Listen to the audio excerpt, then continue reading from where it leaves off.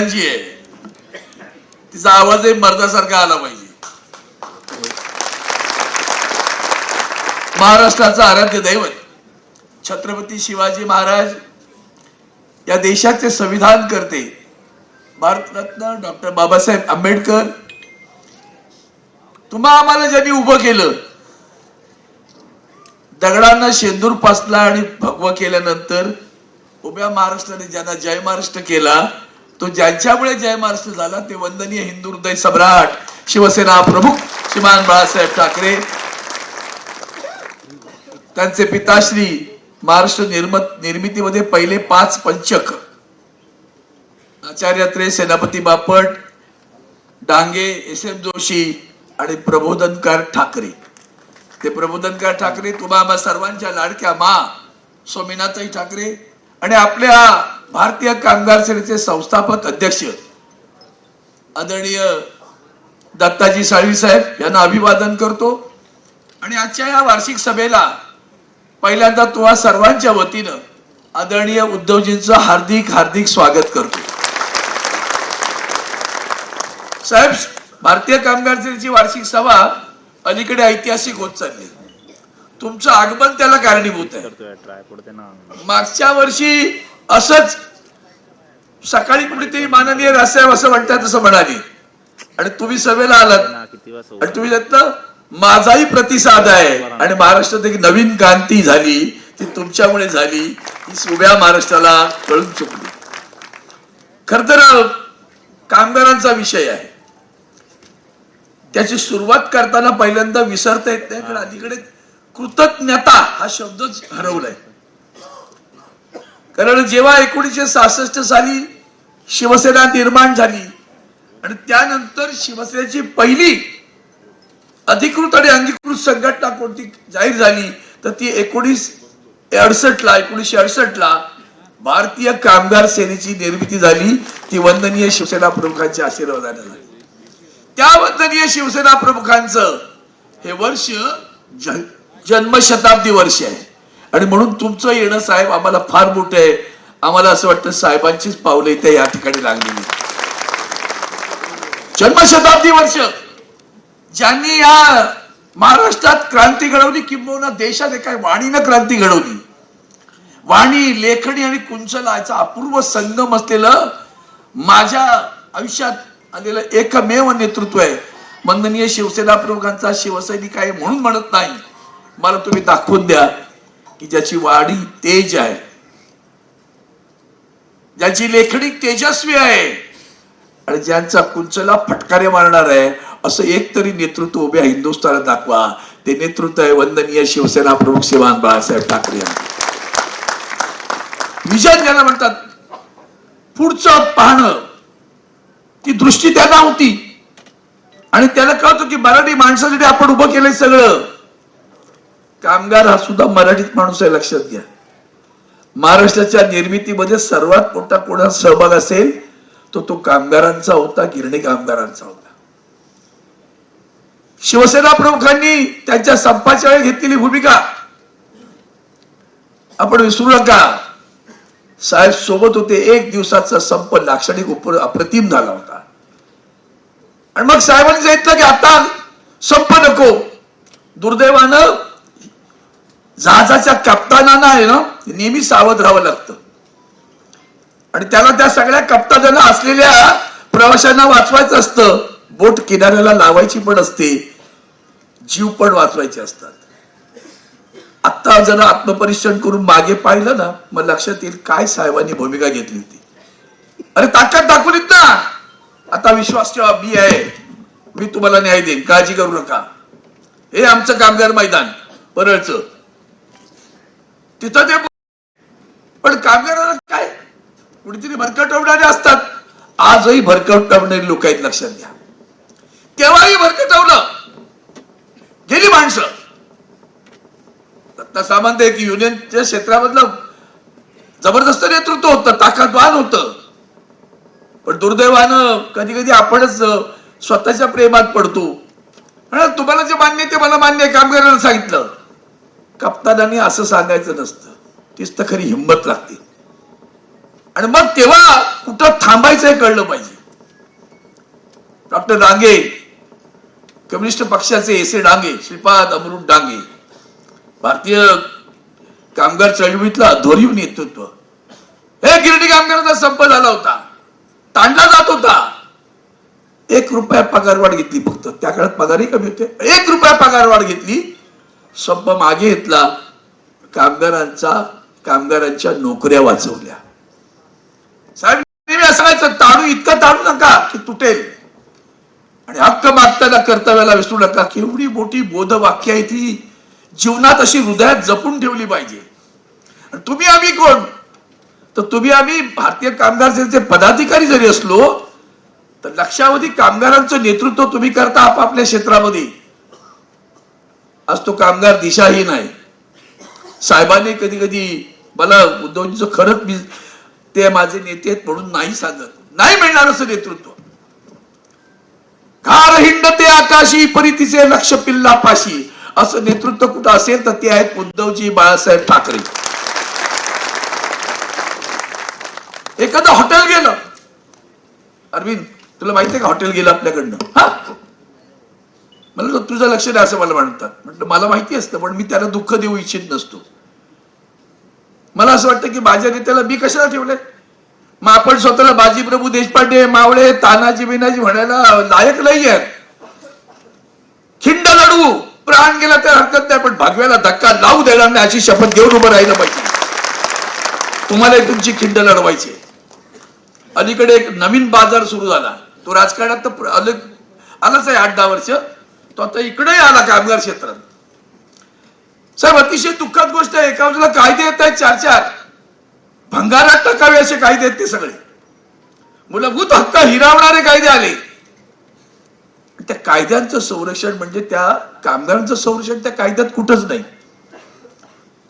Veg आहे, health आहे, म्हणजे तुमची सुरक्षा आहे, या सगळ्यामध्ये त्यांनी काय म्हटलं, आम्ही मिनिमम वेजेस अख्ख्या देशभर देऊ, पण ते देताना कदाचित हातात येणारा पगार कमी होईल कारण आम्ही प्रॉव्हिडंट फंड सुद्धा कापणार आहोत. का कोण नको म्हणतं? मिळतंय का हा प्रश्न आहे. का जरा नोएडामध्ये आंदोलन काल बरोबरकडे, का राज्याच्या मुख्यमंत्र्याला यावर मध्यस्थी करावी लागली आणि कसं शरण जावं लागलं? मी तुम्हाला एकच विनंती करणार आहे की हे सगळं सांगताना बाजार कसा मांडला. अलीकडे या देशाचं नेतृत्व करणारा एक पक्ष आहे, आंतरराष्ट्रीय पक्ष आहे, माहित आहे ना कोण? कुठला पक्ष आहे? अरे कोणता पक्ष आहे? जरा मोठ्याने बोला ना, घाबरायचं काय? जो डर गया हो, मग कशाला घाबरता? भारतीय जनता पक्षाने एक नवीन पाऊल उचललं, कायदे तर आणलेच, आणि नवीन त्यांची एक पहिली, खरं तर भारतीय मजदूर संघ ही त्यांची युनियन, भारतीय मजदूर संघ नाही काढला. आता एअरपोर्टला कुठलं तरी एक नवीन युनियनचं नाव द्यायचं आणि सत्तेचा इतका मोठा गैरवापर करायचा. युनियनला मान्यता देताना विचारलं जातं की बाबा या युनियनची एकूण सदस्य संख्या किती, त्यांचे मेजॉरिटी आहे का, त्यांच्या बाजूने कामगार आहेत का, ते सातत्यानं सोबत आहेत का, ते कायदेशीर दाखवावं लागतं, वर्गणी सहित दाखवावं लागतं की इतके वर्ष हे सतत वर्गणी देऊन आमचे सभासद आहेत, तर मग त्याला मान्यता मिळते. मान्यता मिळाली तर त्याच्यानंतर येणाऱ्या सुविधा मिळतात, मग कार्यालय मिळतं, आणखीन काय मिळतं. मुंबईच्या विमानतळावर भारतीय जनता पक्षाचे राज्याचे अध्यक्ष रवींद्र चव्हाण स्वतः जातात, कुठेतरी 4 टवाळखोर लोकांना, दंगेखोर लोकांना, गुन्हेगारांना सोबत घेऊन जातात आणि एका दिवसात मुंबई विमानतळावरचे अधिकारी त्यांना कार्यालय बहाल करतात. त्यांना दिलं म्हणजे दाढीवाल्यांना कळलं की आपल्याला पण मिळालं पाहिजे, ते दाढीवाले तिकडे गेले. ही कामगार चळवळ आहे का बाजार आहे? इंडिगो मधल्या कर्मचाऱ्यांना न्याय देण्यासाठी शेवटपर्यंत भांडलो. रिजनल लेबर कमिशनला तोंडावर सांगितलं तुम्ही विकले गेलात का. काल परवा आलेल्या युनियन बरोबर आमची बॅटल त्यांच्यासमोर चालू आहे, चर्चा सुरू आहे, रिकन्सिलिएशन म्हणतात, वाटाघाटी करून बाबा मिटवावं. असं असताना कुठेतरी एक युनियन येते ती कधी आली माहिती नाही, तिच्याकडे मेजॉरिटी आहे माहिती नाही, मॅनेजमेंटला वरून दबाव येतो, तो दबावले मॅनेजमेंट पण हजर राहते, त्यांच्यासोबत करार करतात. आमच्या वाटाघाटी तशाच चालू आहेत आज. आणि इंडिगोचे कामगार घेऊन गेले. आज इंडिगोच्या कामगारांना न्याय मिळाला नाही हे जाहीरपणे सांगतो. आम्ही देत होतो हार. संजय कदम तिकडे पाहत होता इंडिगोला. आम्ही 4,000 रुपयाची वाट बघितली, ते 2,000 म्हणतो, आम्ही 2,500 3,000 वर कॉम्प्रोमाइज करायला तयार झालो होतो. नाही ऐकलं, गेली युनियन तिकडे काढलं, झेंडा लावला. आज कामगारांना 2,000 रुपये सुद्धा मिळत नाहीत आणि अनेक कामगारांना काढून टाकलं. म्हणून सावध व्हा. कुणाचा झेंडा खात्यावर घ्यावा. वंदनीय शिवसेना प्रमुख आशीर्वाद दिला ना, आयुष्यभर सोनं होतं जीवनाचं. आज उद्धवजी ठाकरे साहेब एकमेव माणूस आहे. केंद्रामध्ये जेव्हा मी बोलतो तुम्ही टाळ्या वाजवल्यात, मागाशी मला कळलं की दाखवल्यानंतर, पण कशात नाही धैर्य, कुणी दिले हे सामर्थ्य, कुणामुळे तिथे पोहोचलो मी, कुणी मला मंत्री केलं होतं, याची जाणीव तर ठेवा जरा. कृतज्ञतेचा भाव तरी जरा ठेवा. कशासाठी पाठवलंय? सत्ताधाऱ्यांची भजनं करायसाठी? आम्ही सत्ताधाऱ्यांची भजनं करायला तिथे गेलो नाही. चांगलं असेल तर त्याला चांगलं म्हणू, पण याद राखा, जर वाह्यातपणा केलात तर आवाज उडून तिथल्या तिथे तुम्हाला तोड जबाब दिल्याशिवाय राहणार नाही. एवढं लक्षात ठेवा. कायदे केले तेव्हाही मी बोललो. हे उद्धवजींच्या मार्गदर्शनामुळे ताकदी मिळते. माझा नेता माझ्या सोबतही भावना आहे, हा विश्वास आहे. सबका साथ सबका विश्वास. ढोंगी विश्वासघात करणं हे तुमचं उद्दिष्ट असतं. आणि म्हणून भारतीय कामगार सेना म्हणून साहेब तुम्हाला आज शब्द, तुमचं मान नाही मला जाहीरपणे सांगतो. साहेबांनाही वाटतं भारतीय कामगार सेना रस्त्यात उतरली पाहिजे. उतरणार ना? उतरणार ना? बाल्कनीने मी थंड का असते. मुळात हे उतरणं आवश्यक आहे. एक मे आता महाराष्ट्र दिन येईल, कामगार दिन येईल. साहेबांना नाही वाटत करे आपली भारतीय कामगार सेना, भारतीय कामगार सेनेच्या सर्व पदाधिकाऱ्यांनी पहिली एक जाणीव ठेवायची, ती म्हणजे मी कोण असेल, अध्यक्ष चिटणीस जे काय ते आहे, पण कुणामुळे? भारतीय कामगार सेनामुळे. भारतीय कामगार सेना कुणामुळे? शिवसेनेमुळे. शिवसेना कुणामुळे? उद्धवजी बाळासाहेब ठाकरेंमुळे शिवसेना. ती खरी शिवसेना. त्या शिवसेनेचे आपण पायी पडून वागलं पाहिजे. माझी शिवसेना न्याय देणारी आहे, अन्याय करणारे न्याय, अन्यायावर तुटून पडणारी शिवसेना आहे. काल पलाकडे काय झाले जे साहेब भाष्य करतील, मी तो विषय आणणार नाही. पण साहेब तुम्हाला एक विनंती करतोय, आता अलीकडे आरक्षण हे ते सगळीकडेच जातीपातीचे आरक्षण सुरू आहे. सगळं त्या लढ्यामध्ये कामगार क्षेत्रात सुद्धा महिलांची संख्या मोठी झालेली आहे. आम्ही मागच्या वेळी तुम्ही मला अनुमती दिली, धन्यवाद, आभार मानतो की आता आपल्या MIDC क्षेत्राने आपल्याला कार्यकारिणी करायची. त्या कार्यकारिणीमध्ये महिला सुद्धा असल्या पाहिजे, कारण अनेक ठिकाणी महिला, बऱ्याच ठिकाणी महिला नोकरीवर काम करतायत, नोकऱ्या करतायत. आणि म्हणून त्या दृष्टीने आपण आम्हाला आशीर्वाद द्या. उभ्या महाराष्ट्रात प्रत्येक MIDCला भारतीय कामगार सेनेचं विंग सुरू केल्याशिवाय विश्वास बसणार नाही, न्याय दिल्याशिवाय स्वस्त बसणार नाही.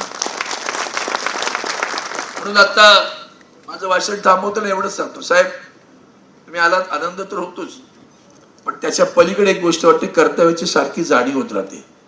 तुम्हाला कल्पना नसेल, आम्ही जेव्हा मातोश्रीवर जातो ना, तेव्हा इतकं प्रबोधन होत असतं ना, बोलता बोलता पटकन एखादा शब्द बोलतील, बोलता बोलता एखादी गोष्ट सांगतील. अर्जुनाला तिसरा डोळा दिसला, पक्षाचा डोळा दिसतो तसं त्यांना दिसत असतं, आणि सरळ सांगतात मग पुढे काय घडणार ते, असंच घडत असतं. वंदनीय शिवसेना म्हणून असंच सांगायचे. तेव्हा गिरणी कामगारांना सांगितलं होतं नकारे जाऊ. आज अखंड तो उद्योग उद्ध्वस्त झाला. आमची मुंबई, आज त्या मुंबईत कारखाने कुठे आहेत? एका दुसरा LNTचे जिथे 4-4, 5-5 हजार होते तिथे आता 400-500 लोक आहेत. महिंद्रा ट्रॅक्टर्स मध्ये सगळीकडे बंद. त्यांच्या मालकांचं धोरण असं जातं, ती जागा, लँड बँक ज्याला म्हणतात, जमिनीवर लक्ष येतात. आणि म्हणून सगळे कारखाने बंद करण्याच्या मागे आहेत. ते बंद करण्याच्या मागे त्यांना आशीर्वाद वर्षांचे आणि मुंबईत आणि महाराष्ट्रातनं उद्योग पळवण्याचे धंदे जेव्हा चालतात तेव्हा विसरू नका बरं, याच सरकारनं शेतकऱ्यांसाठी कायदे केले होते. शेतकऱ्यांनी टोकाचं आंदोलन केलं असं समजू नका. आता काय झाले, चट्टावरच्या शारदासारखी आंदोलन आवडतात लोकांना.